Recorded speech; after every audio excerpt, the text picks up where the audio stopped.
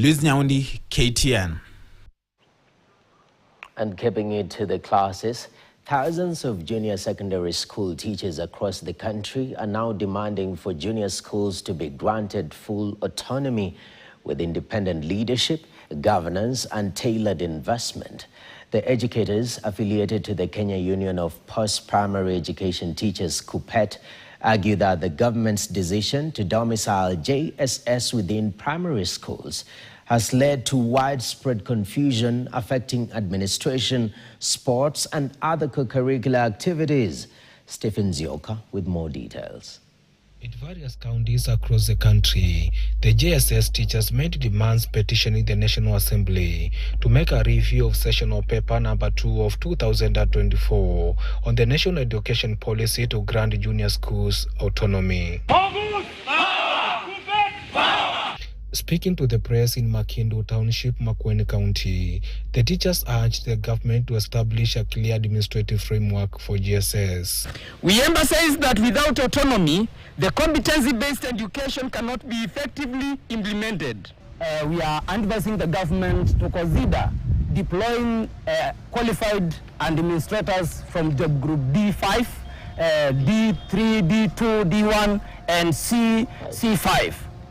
To be brought down to JS to help in administration. These students are what we call half-baked. You cannot tell me that we have 60% transition to STEM when our school has only one test tube and no bus and banner.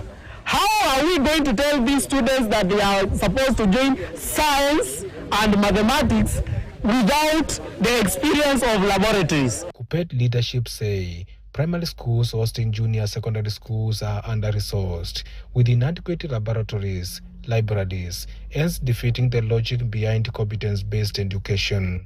Serikali kufikia Januari, kama watakuwa wamerekebisha hayo maneno, walimu, wazazi na wanafunzi wa JS waende ile shule ya sekondari iko karibu, waanze kusomea huko. I think it is the high time the president calls for an evaluation of what is happening in the JSS so that he can get the true picture of what is happening currently and what is on the ground.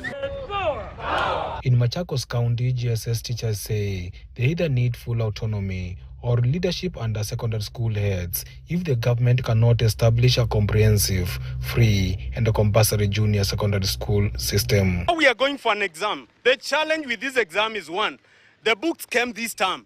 Term 3, for a curriculum which will be examined in 3 weeks coming. Tunataka tukue viongozi, tuongoze shule zetu na tujibane. Ama si hivyo tuletewe wale wa secondary wakuwe viongozi, lakini hao watu wengine waondolewe, tujitengemee. Simple.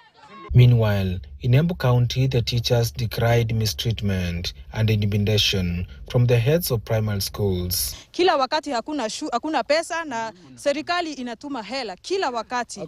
Kila muhula kuna pesa ambazo zinatumwa pale, tunashindwa. Uwajibikaji. Kila tunataka ni uwajibikaji. Stephen Zioka, KTN. The family of Simon Warui, a 26-year-old